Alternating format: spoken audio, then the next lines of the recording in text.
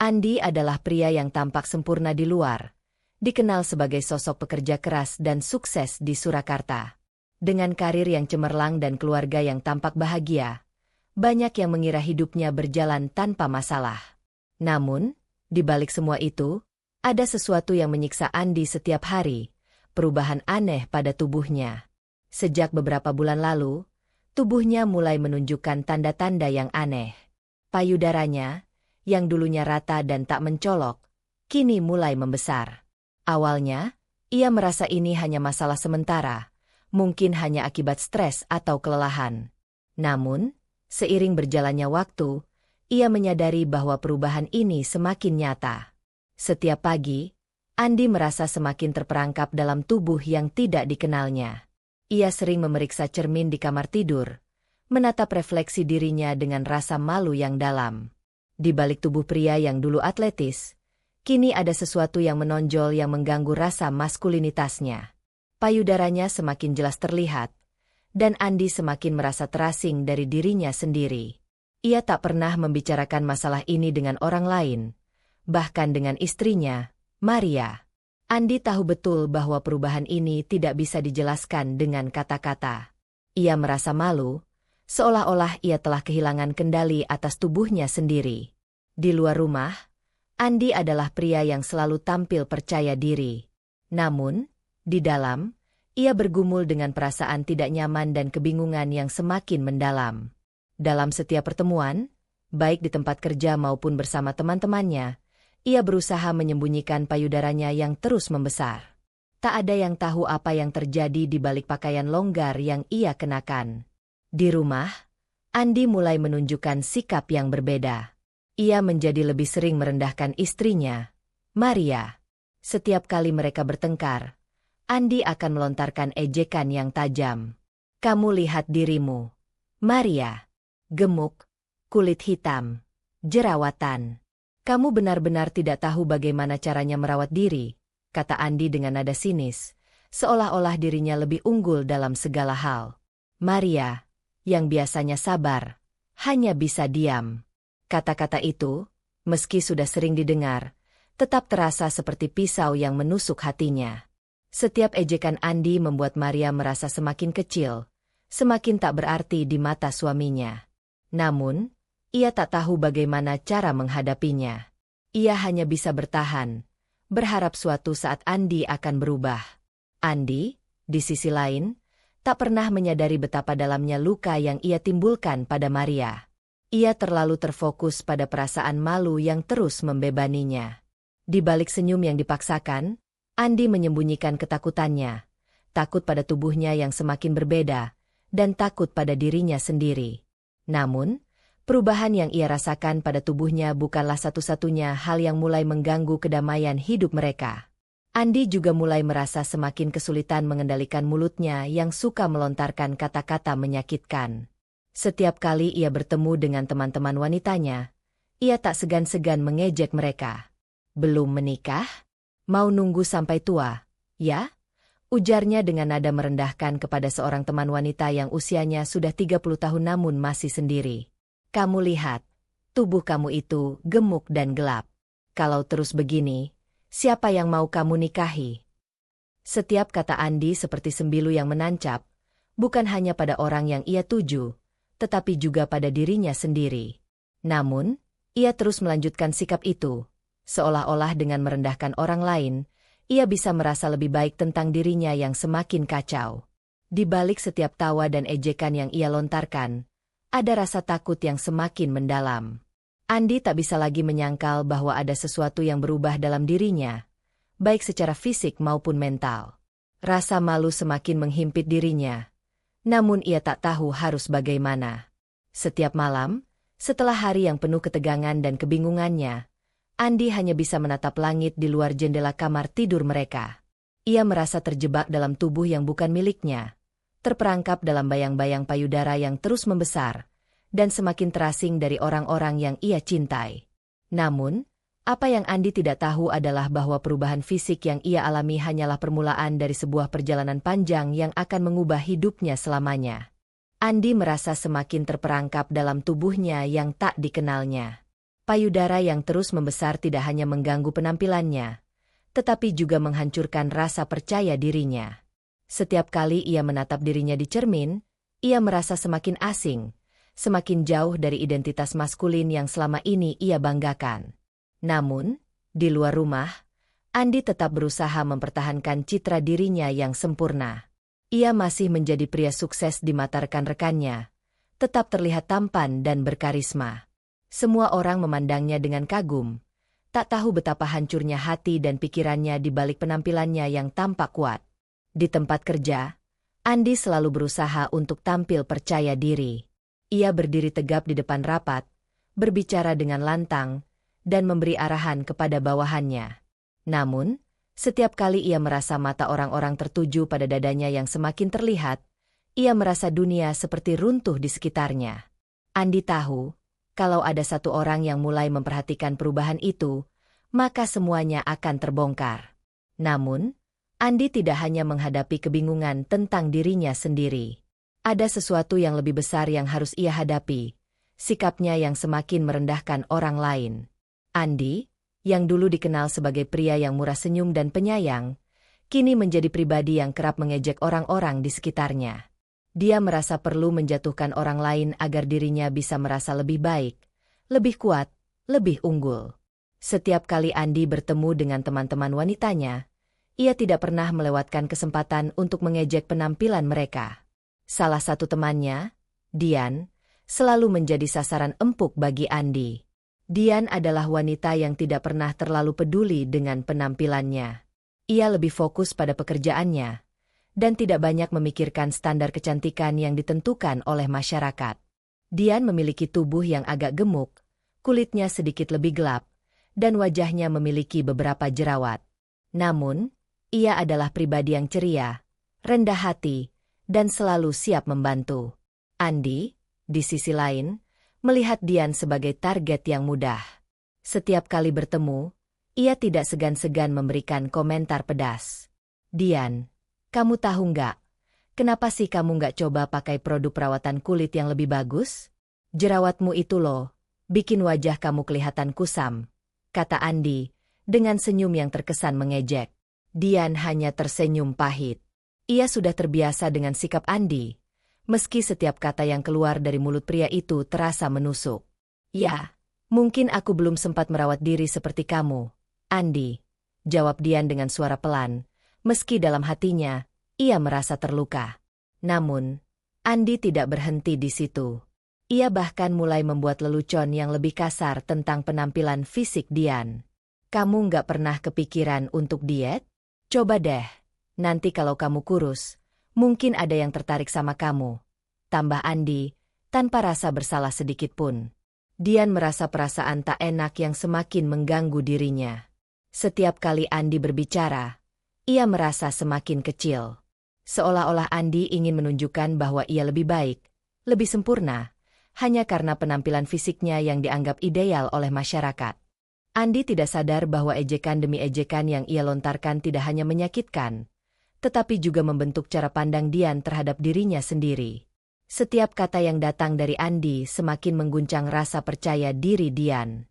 Ia mulai merasa bahwa ia tidak cukup baik, bahwa tubuhnya yang gemuk dan kulitnya yang gelap adalah hal yang memalukan. Namun, Andi tetap tidak peduli. Ia terus merendahkan teman-temannya, bahkan wanita yang belum menikah atau yang belum punya anak. Andi merasa, jika ia bisa mengejek mereka, ia akan merasa lebih superior, lebih dihormati. Salah satu teman wanitanya, Sari, yang sudah berusia 35 tahun dan masih belum menikah, menjadi sasaran berikutnya. Kamu tuh, Sari, usiamu udah segini, masih aja belum menikah. Apa nggak malu? Kamu tahu nggak, banyak orang yang udah punya anak, sementara kamu masih sibuk cari-cari alasan untuk nggak menikah, kata Andi, dengan nada merendahkan. Sari hanya bisa tersenyum kecut, meski hatinya hancur mendengar kata-kata Andi. Ia sudah terbiasa dengan komentar seperti itu, namun tetap saja, rasa sakitnya tidak pernah berkurang. Sari selalu merasa tidak cukup baik di mata orang-orang yang menghakimi dirinya hanya berdasarkan status pernikahannya. Maria, istri Andi, hanya bisa diam saat mendengar semua ejekan itu. Ia sudah terbiasa dengan sikap suaminya yang suka merendahkan orang lain. Namun, semakin hari, ia merasa semakin jauh dari Andi. Andi bukan lagi suami yang penuh kasih. Seperti dulu. Ia merasa terabaikan, merasa seperti bukan bagian dari hidup Andi. Setiap kali Andi mengejek orang lain, Maria merasa semakin terluka, meskipun ia tahu bahwa Andi mungkin tidak menyadari betapa dalamnya luka yang ia timbulkan. Ketegangan di antara mereka semakin meningkat. Maria sering merasa terasingkan, merasa seolah-olah ia hanyalah pelengkap hidup Andi yang semakin jauh. Tidak jarang, mereka bertengkar hebat di rumah, dengan Andi yang terus-menerus merendahkan Maria, sementara Maria hanya bisa menahan tangisnya di dalam hati. Pada suatu malam, setelah hari yang penuh ketegangan, Andi kembali pulang ke rumah dengan wajah muram. Ia baru saja bertemu dengan Sari dan Dian, dua wanita yang sering ia ejek. Saat masuk rumah, ia merasa lelah dan putus asa. Payudaranya yang semakin besar membuatnya merasa semakin tak nyaman. Namun, ia tidak tahu bagaimana cara berbicara tentang itu dengan Maria. Ia merasa tubuhnya telah berubah menjadi sesuatu yang menakutkan, dan ia takut jika Maria akan membencinya. Maria sedang duduk di ruang tamu ketika Andi masuk. Ia menatap suaminya dengan tatapan yang penuh pertanyaan. "Andi, ada apa denganmu?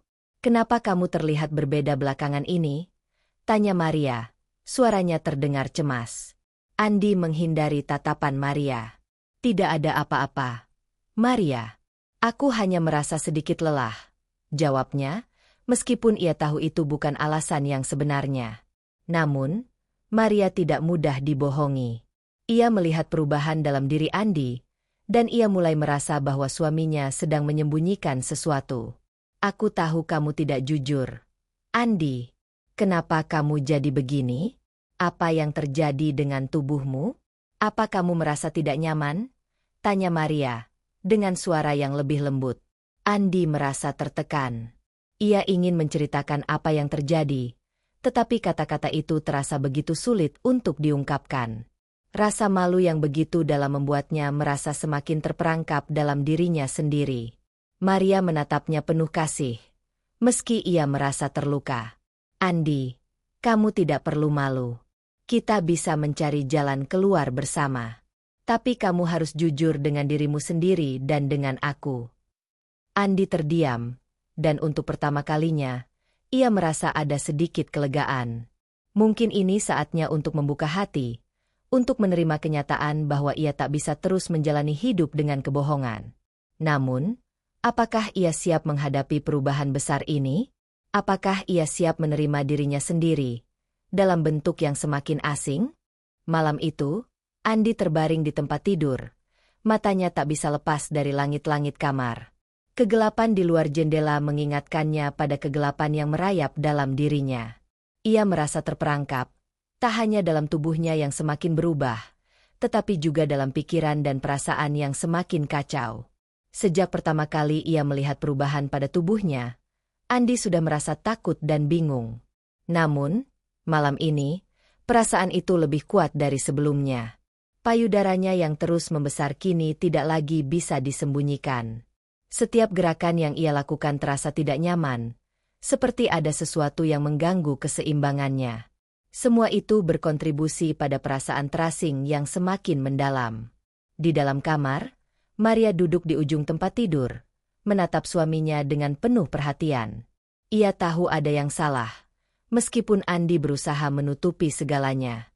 Maria selalu merasa ada yang aneh pada suaminya akhir-akhir ini, namun ia tak bisa memaksakan Andi untuk berbicara jika ia belum siap. Malam itu, Maria mengambil langkah berani. "Andi," suara Maria lembut, namun penuh ketegasan. "Kamu tidak bisa terus seperti ini. Aku tahu ada yang terjadi denganmu, dan aku ingin kamu bicara." Andi menghela napas panjang. Ia tahu ini saatnya. Saatnya untuk menghadapi kenyataan dan berbicara tentang apa yang selama ini ia sembunyikan. Namun, berbicara tentang masalah tubuhnya yang semakin aneh, tentang payudara yang terus membesar, adalah sesuatu yang sulit ia lakukan. "Aku tidak tahu harus mulai dari mana," Maria, kata Andi, suaranya terdengar serak. Aku merasa tubuhku ini bukan milikku lagi. Maria terdiam, mendengarkan dengan seksama. Ia ingin sekali memeluk Andi, memberikan kenyamanan, tetapi ia tahu bahwa hal itu tidak akan menyelesaikan masalah. Andi harus mengungkapkan perasaannya, harus mengakui bahwa ada yang tidak beres dengan tubuh dan jiwanya. Andi melanjutkan dengan suara pelan. Beberapa bulan lalu, aku mulai merasa ada yang aneh. Awalnya, aku pikir itu hanya masalah kecil, mungkin karena stres atau kelelahan. Tapi, semakin lama, aku semakin merasa tubuhku berubah. Payudaraku mulai membesar. Maria, aku merasa sangat takut, sangat bingung. Maria terkejut mendengar pengakuan Andi. Ia tidak tahu harus berkata apa. Rasa prihatin dan kebingungannya bercampur aduk. Tapi, Andi, itu bisa terjadi pada siapa saja. Ada banyak alasan kenapa seseorang bisa mengalami perubahan fisik. Apa kamu sudah memeriksakannya ke dokter? Andi menggelengkan kepala. Wajahnya penuh kecemasan. Aku tidak tahu harus mulai dari mana.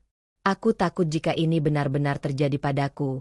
Mungkin orang lain akan melihatku berbeda. Aku merasa malu. Maria meraih tangan Andi, menggenggamnya erat. Andi, kamu tidak perlu malu. Kita bisa cari tahu apa yang sebenarnya terjadi. Kita bisa mencari dokter bersama-sama. Tapi, yang terpenting, kamu harus tahu bahwa aku akan selalu mendukungmu, apapun yang terjadi. Andi merasa sedikit lega mendengar kata-kata Maria. Namun, ia tahu bahwa jalan yang harus mereka tempuh tidak mudah. Perubahan fisik yang terjadi padanya tidak hanya mengganggu penampilannya, tetapi juga mengubah cara dia melihat dirinya sendiri. Selama ini, Andi selalu mengandalkan penampilan untuk mendapatkan rasa hormat dan pengakuan dari orang lain. Namun, dengan tubuhnya yang semakin tidak terkendali, ia merasa semakin kehilangan identitasnya. Beberapa hari kemudian, Andi akhirnya memutuskan untuk berkonsultasi dengan seorang dokter di Surakarta. Ia merasa bahwa ini adalah langkah pertama yang harus diambil untuk mengatasi masalah yang semakin mengganggu hidupnya. Maria mendampingi Andi ke klinik, meskipun ia juga merasa khawatir. Mereka berdua memasuki ruang tunggu dengan perasaan cemas, dan Andi tampak semakin gelisah. Di ruang pemeriksaan, dokter memeriksa tubuh Andi dengan seksama. Setelah beberapa tes dan pemeriksaan, dokter akhirnya memberi penjelasan yang cukup mengejutkan. Anda mengalami kondisi yang dikenal sebagai ginecomastia, kata dokter tersebut, menjelaskan dengan tenang. Ini adalah kondisi medis yang menyebabkan pertumbuhan jaringan payudara pada pria. Ada beberapa faktor yang bisa menyebabkan ini, termasuk perubahan hormon, obat-obatan, atau bahkan kondisi medis tertentu. Andi terdiam, seolah tak percaya. Meskipun ia telah menduga bahwa ada masalah fisik yang lebih besar, mendengar penjelasan itu tetap terasa menghancurkan. Jadi, ini benar-benar terjadi pada tubuh saya? Tidak ada cara untuk mengembalikannya seperti semula. Dokter itu mengangguk. Ada beberapa pilihan pengobatan, tetapi dalam beberapa kasus, perubahan fisik ini bisa bersifat permanen. Namun, kami bisa membantu Anda untuk mengelola kondisinya, baik dari segi fisik maupun psikologis. Andi merasa bingung, tetapi pada saat yang sama, sedikit lega. Setidaknya ia tahu ada penjelasan medis tentang apa yang terjadi padanya. Namun, pengetahuan itu tidak cukup untuk menghilangkan rasa malu dan ketidaknyamanan yang ia rasakan. Sesampainya di rumah, Andi merasa lelah dan cemas. Ia tahu bahwa perjalanannya belum selesai. Dia harus belajar menerima kenyataan bahwa tubuhnya telah berubah, dan bahwa ia harus menghadapi perubahan itu, baik dari segi fisik maupun mental. Maria, yang melihat kecemasan Andi, mencoba memberikan dukungan sebaik mungkin. Andi, aku tahu ini berat untukmu, tapi kita akan melewati ini bersama-sama. Jangan biarkan rasa malu menguasai dirimu. Kamu masih Andi yang aku cintai, dan itu yang paling penting. Andi mengangguk pelan, meskipun hatinya masih penuh dengan kebingungan. Namun, ia mulai menyadari bahwa perubahan fisik yang ia alami mungkin bukan akhir dari segalanya. Mungkin, justru ini adalah awal dari sebuah perjalanan untuk menerima dirinya apa adanya. Namun, ada satu hal yang terus mengganggu pikirannya. Bagaimana cara ia akan menghadapi orang lain, terutama teman-temannya, yang selama ini selalu ia rendahkan? Andi merasa bahwa perubahan yang terjadi padanya akan membuat orang-orang melihatnya dengan cara yang berbeda. Ia takut akan diolok-olok, bahkan dijauhi. Beberapa minggu kemudian, Andi merasa sedikit lebih baik. Ia mulai menjalani terapi fisik untuk membantu mengurangi dampak ginecomastia, dan ia juga mulai berbicara lebih terbuka tentang kondisinya dengan Maria. Namun, meskipun ia mencoba menerima kenyataan, perasaan malu dan rendah diri masih menghantui dirinya. Pada suatu hari, ketika Andi sedang beristirahat di rumah, salah seorang teman lamanya, Rudy, datang berkunjung. Rudy adalah teman Andi yang sudah lama tidak bertemu, dan Andi merasa agak canggung dengan pertemuan itu. Rudy, yang tidak tahu apa yang terjadi dengan tubuh Andi, mulai berbicara tentang kenangan lama mereka. "Hei, Andi, lama nggak ketemu. Dulu kamu selalu terlihat keren, atletis, penuh energi. Tapi sekarang ada yang berbeda, ya?" kata Rudy, sambil menatap Andi dengan bingung. Andi merasa cemas mendengar pertanyaan itu. "Ah, nggak ada apa-apa, Rudy. Cuma lagi nggak enak badan aja." Rudy mengerutkan dahi, seolah tidak yakin dengan jawaban Andi, namun ia tidak bertanya lebih lanjut. "Ya sudah, kalau begitu. Kalau kamu butuh teman untuk ngobrol atau apa, kabarin aja." Andi merasa sedikit lega, meskipun ada perasaan yang terus mengganggu. Bagaimana ia bisa menghadapi teman-temannya setelah semua yang terjadi? Bagaimana ia bisa membuktikan bahwa dirinya lebih dari sekadar penampilan fisik? Perjalanan Andi untuk menerima dirinya sendiri baru saja dimulai. Ia tahu bahwa itu akan menjadi jalan yang panjang dan penuh tantangan. Tetapi, dengan dukungan Maria dan tekad untuk berubah, Andi mulai belajar untuk merangkul diri sendiri, meskipun ada banyak ketidakpastian di depan. Ia harus menghadapi kenyataan bahwa perubahan fisik yang terjadi padanya bukanlah akhir dari hidupnya, tetapi mungkin sebuah awal yang baru. Hari-hari setelah diagnosis ginecomastia, Andi mulai merasakan perbedaan yang sangat besar dalam hidupnya. Meskipun ia mulai terbiasa dengan kenyataan bahwa tubuhnya telah berubah, rasa malu yang ia rasakan masih kuat, seakan-akan ia tidak bisa melepaskan diri dari bayang-bayang ketidaknyamanan itu. Setiap kali ia melihat bayangannya di cermin, ia tidak hanya melihat tubuh yang berubah, tetapi juga rasa takut yang semakin besar, takut akan pandangan orang lain, takut akan ejekan, bahkan takut akan penolakan. Di rumah, Maria terus memberikan dukungan dengan cara yang penuh kasih. Setiap kali Andi merasa lelah, Maria akan selalu berada di sisinya, mendengarkan keluh kesahnya, dan mengingatkannya bahwa apa yang penting bukanlah fisik, melainkan hati dan jiwanya. Meskipun begitu, Andi masih merasa kesulitan untuk benar-benar menerima dirinya. Pada suatu malam, Andi duduk di ruang tamu, menatap kosong keluar jendela. Pikirannya berkelana, teringat akan ejekan-ejekan yang sering ia lontarkan kepada teman-teman wanitanya dulu. Andi merasa seolah-olah ia telah menanamkan benih-benih kebencian dalam hatinya, sebuah kebencian yang kini kembali menjerat dirinya sendiri. Ia menyadari bahwa dulu, dengan merendahkan orang lain, ia berusaha menutupi ketidakamanan yang ia rasakan. Namun kini, ia melihat bahwa sikapnya itu bukan hanya menyakiti orang lain, tetapi juga menghancurkan dirinya sendiri. Maria datang dan duduk di samping Andi. "Kamu sedang apa, Andi?" tanyanya lembut, mencoba membuka percakapan. Andi menatapnya dan menghela napas. "Aku merasa seperti ada sesuatu yang hilang dalam diriku, Maria. Dulu aku selalu merasa bisa mengendalikan segalanya. Aku punya tubuh yang kuat. Aku merasa dihormati oleh orang lain. Tapi sekarang, dengan tubuhku yang berubah, aku merasa hilang arah." Maria memegang tangan Andi, menggenggamnya erat. "Andi, tubuhmu mungkin berubah, tapi hatimu tetap sama. Kamu masih orang yang sama yang aku kenal dan cintai. Jangan biarkan penampilan fisikmu mendefinisikan siapa dirimu." Kamu lebih dari itu. Kata-kata Maria mengingatkan Andi pada sesuatu yang sangat penting, bahwa ia tidak perlu terus bersembunyi di balik penampilan fisiknya. Cinta dan dukungan Maria memberinya kekuatan untuk terus berjuang, meskipun proses itu sangat sulit. Ia merasa semakin tergerak untuk menghadapi perubahan ini dengan lebih bijak dan terbuka. Namun, perjalanan menuju penerimaan diri bukanlah hal yang mudah. Meskipun Maria selalu mendukungnya, Andi tetap merasakan tekanan besar ketika berinteraksi dengan orang lain, terutama teman-teman lamanya. Ia sering merasa cemas ketika bertemu dengan mereka, khawatir mereka akan menilai atau bahkan mengolok-oloknya. Andi tahu bahwa selama ini ia selalu menjadikan penampilan sebagai alat untuk mendapatkan rasa hormat, tetapi sekarang ia merasa bahwa rasa hormat itu mulai pudar. Pada suatu sore, Andi bertemu dengan Dian dan Sari, dua teman wanita yang pernah menjadi sasaran ejekannya. Andi merasa cemas, tetapi ia tahu ini adalah saat yang tepat untuk mulai memperbaiki hubungannya dengan mereka. Ia memutuskan untuk berbicara terbuka, untuk mengungkapkan perasaan yang selama ini ia pendam.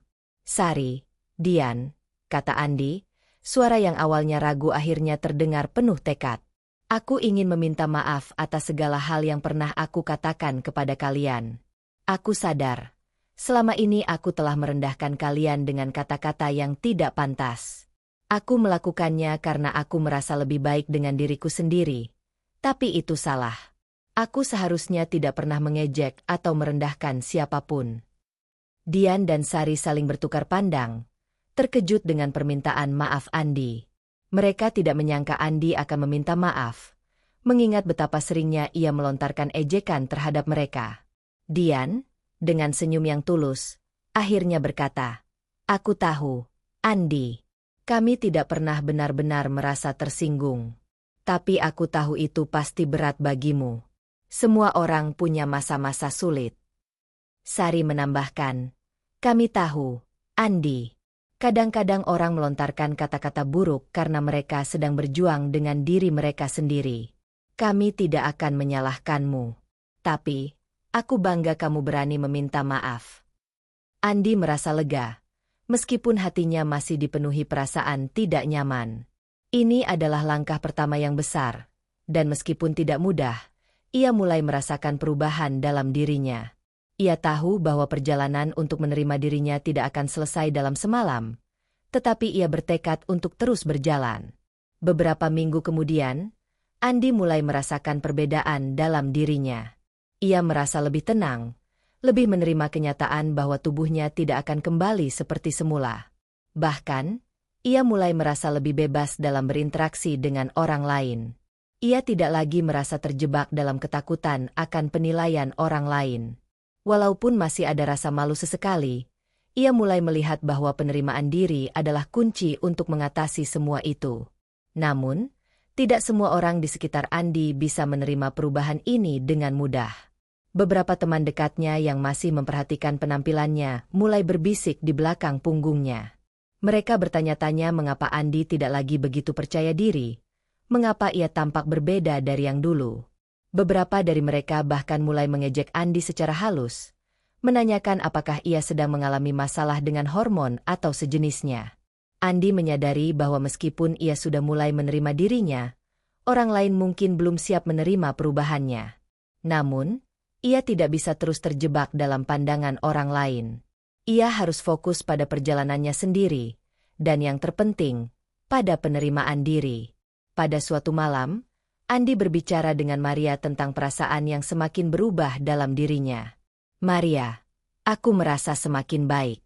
Aku tahu aku tidak akan bisa mengubah tubuhku kembali seperti dulu, tetapi aku mulai belajar menerima diriku. Mungkin ini perjalanan panjang, tapi aku merasa semakin kuat." Maria tersenyum dan memeluk Andi. "Aku bangga padamu, Andi. Kamu sudah menunjukkan keberanian yang luar biasa. Kamu tidak hanya menghadapi perubahan fisik, tetapi juga perubahan dalam dirimu sendiri. Itu adalah kemenangan terbesar." Seiring waktu, Andi mulai merasakan kedamaian yang sebelumnya tidak ia rasakan. Ia mulai menjalani hidup dengan lebih terbuka dan jujur, tidak lagi berusaha menyembunyikan ketidaksempurnaannya. Ia mulai menemukan kebahagiaan dalam diri sendiri, dalam penerimaan terhadap perubahan yang telah terjadi. Pada akhirnya, Andi menyadari bahwa kehidupan tidak selalu berjalan sesuai dengan harapan. Ada banyak hal yang tidak bisa kita kendalikan, termasuk perubahan fisik yang tak terduga. Namun, yang bisa kita kendalikan adalah bagaimana kita merespons perubahan itu. Andi memilih untuk menerima dirinya, meskipun itu sulit. Ia memilih untuk berfokus pada hal-hal yang lebih penting dalam hidup, seperti cinta, kasih sayang, dan penerimaan. Dan di saat-saat paling gelap, Andi tahu bahwa ada satu hal yang selalu akan menyelamatkannya, keberanian untuk menghadapi kenyataan, dan cinta yang tulus dari orang-orang yang ada di sekitarnya. Dengan hati yang lebih ringan dan perasaan yang lebih tenang, Andi akhirnya menemukan kedamaian dalam dirinya sendiri.